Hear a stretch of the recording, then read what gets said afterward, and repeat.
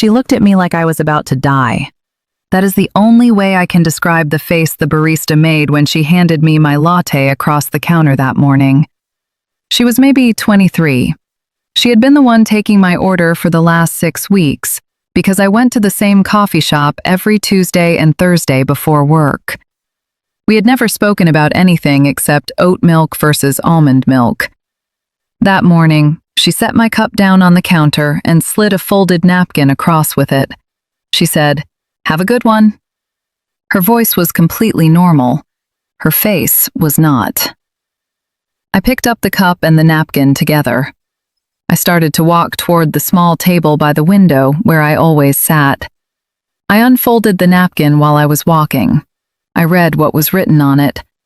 I stopped walking. The napkin said, in pen, in handwriting that had been written very fast, "Do not drink this.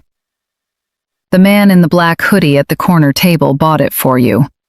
He has been following you all week. He knows where you live. Go to the bathroom right now and stay there. I will come get you in 2 minutes. Please, trust me." I stood in the middle of a Pittsburgh coffee shop on a Thursday morning at 7:43, holding a cup of coffee a stranger had bought for me and a napkin written by another stranger telling me not to drink it. I did not look toward the corner table. I did not look anywhere. I felt my own pulse in my ears. Stay subscribed before I tell you another word. Drop your city in the comments. Stay until the end of this video, because what I learned that day was not the thing the napkin was warning me about. The actual thing I learned took 6 more weeks to figure out, and it changed the way I think about who is watching whom in any public place I walk into.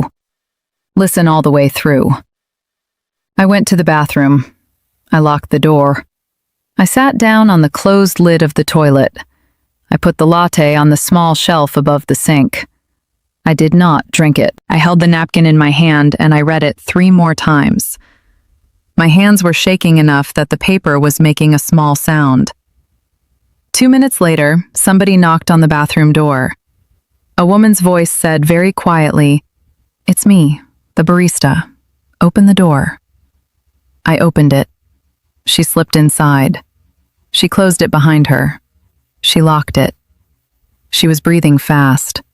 She was wearing a green apron with coffee stains on it. She had a small piercing in her left nostril. She said, "Okay, I am sorry. I know how this looks. I am going to talk fast. The man at the corner table has been here every morning for the last 7 days. He sits in the same chair. He drinks the same drink. He does not look at his phone. He does not read. He looks at the door. He has been looking at the door specifically when you walk in. I noticed it on day 3. I started watching for it on day 4. By day 5, I was sure. He sits there for the entire time you sit there, and he leaves about 3 minutes after you leave. Today, while you were in line, he ordered a drink at the counter and paid in cash, and he asked Danya, the other barista, to bring it to your table after you sat down. He said it was a friendly gesture from an admirer. He told her not to say it was him. He told her to just leave it. Danya is new. She did not realize what was happening. She went to the back to make it. I told her to take her break. I made the drink myself. I put the note in. I am asking you to please not go back out there. I have already called the police. They are coming.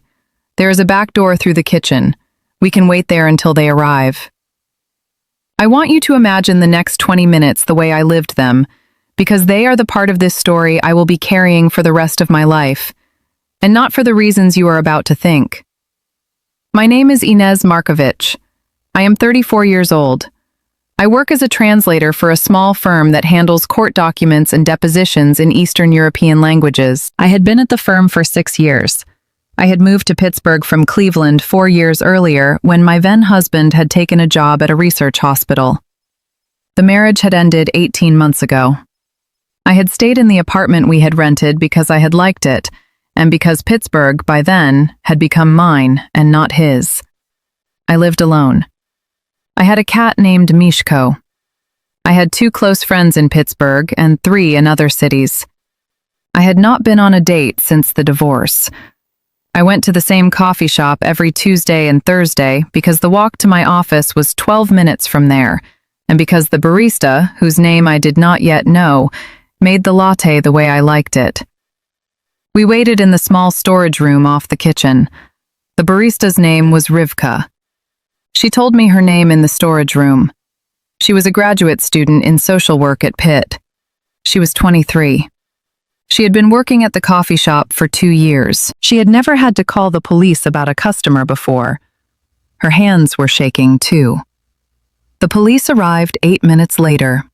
2 officers came in through the front. A third came in through the back, through the alley, through the same door we had been standing near. The 2 officers in front spoke to the man at the corner table. We could hear part of the conversation through the wall. The man was very calm. The officers were also very calm. There was no shouting. There was no movement. After about 4 minutes of conversation, the officers asked the man to step outside with them. He did. The third officer, the one in the back, knocked on the storage room door and asked us to come out and speak with him. We came out. The officer's name was Officer Tomas Rinaldi. He was maybe 40. He had a quiet, steady way about him. He took our statements separately. He took mine first. He listened to everything I told him. He listened to everything I had been told by Rivka. He nodded a lot. He did not interrupt. When I was done, he asked me to wait. He went outside. He spoke to the 2 officers and to the man for another 6 minutes. Then he came back into the coffee shop. He sat down across from me at a small table by the kitchen. He had a particular expression on his face that I have thought about many times since. He said, "Ms. Markovic, I have to tell you something that is going to be a little hard to hear. The man you were warned about is not a stalker. He is a federal agent. He has been assigned to your apartment building for the last week as part of a federal investigation that is not about you. He has been observing your building because one of your neighbors is the subject of an active investigation. The agent has been here in this coffee shop for a week because you are one of approximately 23 residents of your building who pass through this neighborhood on a regular schedule, and the operational team needed someone watching the foot traffic patterns on your block. He has been here at this time, every morning, because that is the time the foot traffic he was assigned to track passes through. Today, he was authorized to attempt to make contact with you specifically. The drink he bought you was a contact gesture. He was going to introduce himself and identify himself and explain to you, in private, in this booth, that we are going to need to ask you for some help. You are not in any trouble. You are not under any kind of investigation.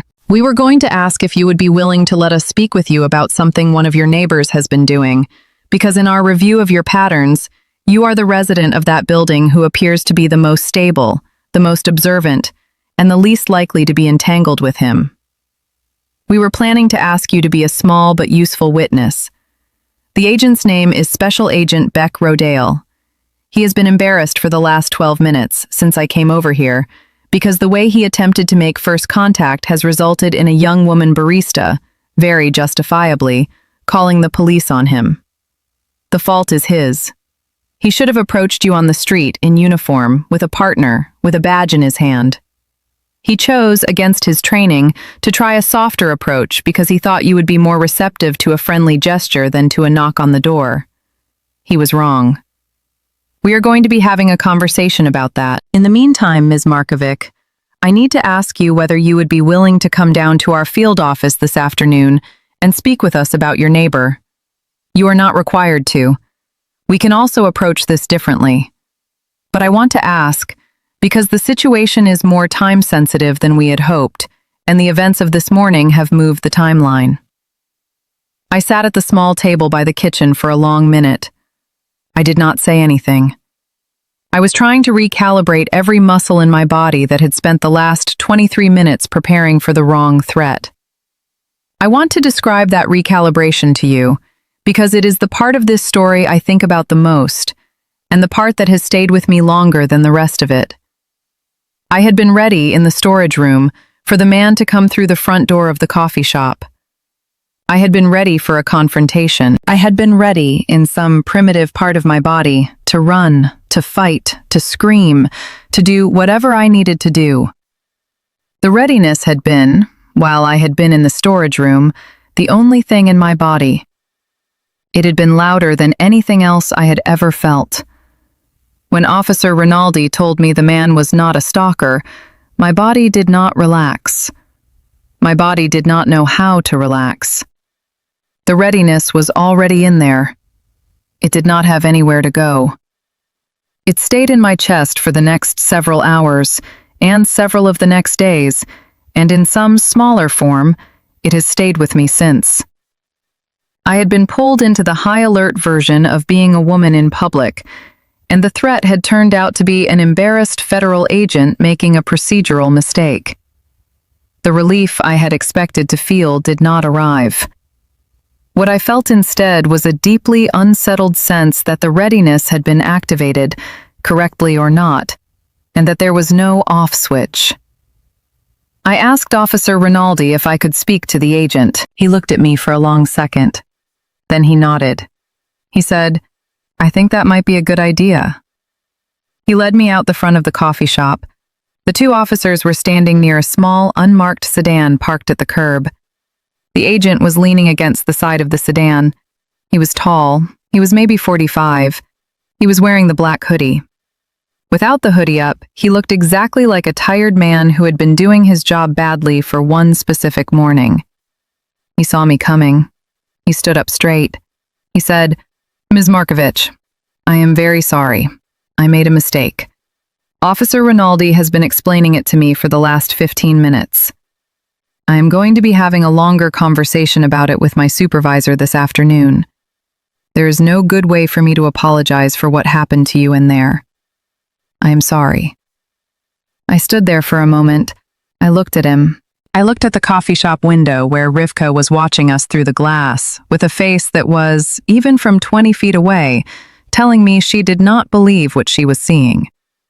I said, "I understand that you did not mean to do what you did. I also want to tell you something. The young woman in there, who you have just put through the most frightening morning of her life, did exactly the right thing. She was working with the information she had. The information she had said you were a danger to me. She acted on that information without hesitation, at risk to her own job, in a way that protected a stranger. I want her to know, before I leave this coffee shop, that I think she was right. I want her supervisor to know it. I do not want her to spend the next year of her life wondering whether she made a fool of herself by calling the police on a federal agent. I want it to be very clear, in writing somewhere, that what she did was correct." The agent looked at me. Officer Rinaldi looked at me. The other two officers looked at me. The agent said after a moment, "Ms. Markovich, I will personally write that letter. I will personally deliver it to her supervisor. I will personally explain to her supervisor that the response of the staff at this coffee shop was professionally exemplary, that no employee of this establishment did anything wrong, and that the appropriate response when a customer reports a stranger acting suspiciously is exactly what this barista did. I will also be apologizing to her directly before I leave. I owe her that." I went back inside. I told Rivka what was happening. She did not believe me at first. She had to sit down. The agent came in 5 minutes later, in his hoodie, with Officer Rinaldi next to him, and he sat down across from her at the small table by the kitchen, and he apologized. He apologized for 15 minutes. He told her several times that what she had done was correct. He told her he would be writing a letter to her supervisor. He told her he was sorry. She cried. She had not cried during the whole event. She cried after he apologized. I went to the federal field office that afternoon. I gave a statement about my neighbor. The neighbor turned out to be involved in something I am not going to describe in this video, because the case is still active. My role in the investigation has been small and specific, and I am not going to describe it further than to say that I have given a few hours of my time to it over the last 6 weeks, and that what I was able to provide turned out to be useful, and that the case is moving forward. The agent wrote the letter. I have a copy. Rivka also has a copy. The letter is, I think, the most carefully written professional apology I have ever read. Now I want to tell you the part of this that I have been turning over in my head for 6 weeks, because it is the part I have not seen anybody else talk about, and I think it is the actual lesson. We have spent the last 20 years training young women to be cautious in public. We have taught them to notice patterns. We have taught them to trust their instincts. We have taught them to act when something feels wrong. We have built a generation of women, especially women in their 20s, who have been told by their mothers and their professors and their friends and the internet that the worst thing they can do is hesitate when something feels off. We have told them that if they see a woman in distress, they should help her. We have told them that if they see a man behaving in a way that concerns them, they should believe that concern. Rivka had been trained well. She had been trained by the culture, and by her grandmother, and by her social work program, and by her own sense of what it means to be a young woman in a city. When she saw a man watching the same customer for 7 days in a row, and when that man asked her colleague to deliver an unsolicited drink to that customer, she did the thing she had been trained to do. She did it correctly. She did it bravely. She did it, in fact, perfectly. She was wrong. The man was not a stalker. The drink was not drugged. The threat was not real. She was also, in the most important sense, correct. The man was behaving in a way that should have triggered exactly the response Rivka gave. The fact that the man was a federal agent does not change the appropriateness of her response.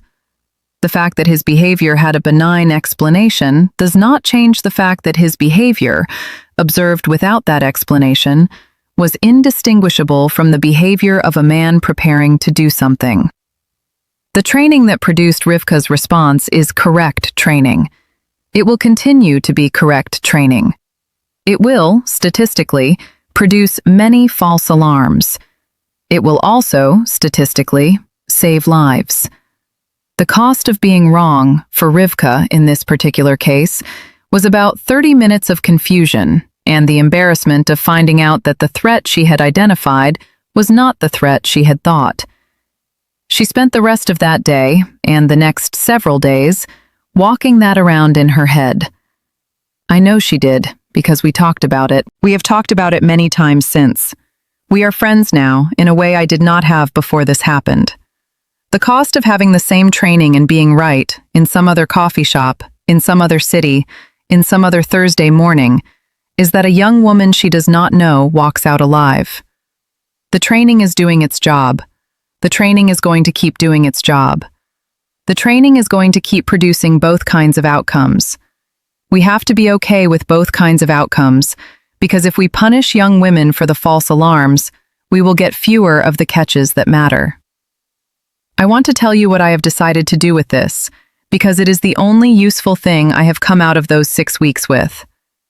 I have decided to be, for the rest of my life, the kind of stranger who does not punish a young woman for being wrong about a man. I have decided that if a young woman ever, in any context, in any coffee shop, in any restaurant, in any parking lot, in any subway car, ever does to me what Rivka did, I am going to thank her for it.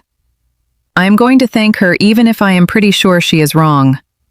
I am going to thank her especially if she is wrong, because the wrong and thanked young woman will keep noticing, and one day she will be right, and the right and thanked young woman will save somebody's life.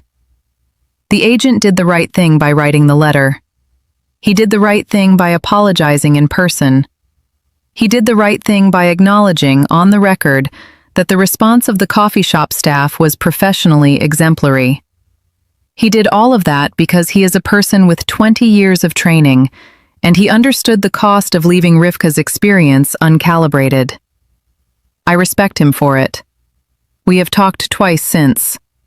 He is a thoughtful man, but the people who are mostly going to be in this position, of having a young woman warn them about something that turns out not to be a threat are not going to be federal agents with 20 years of training.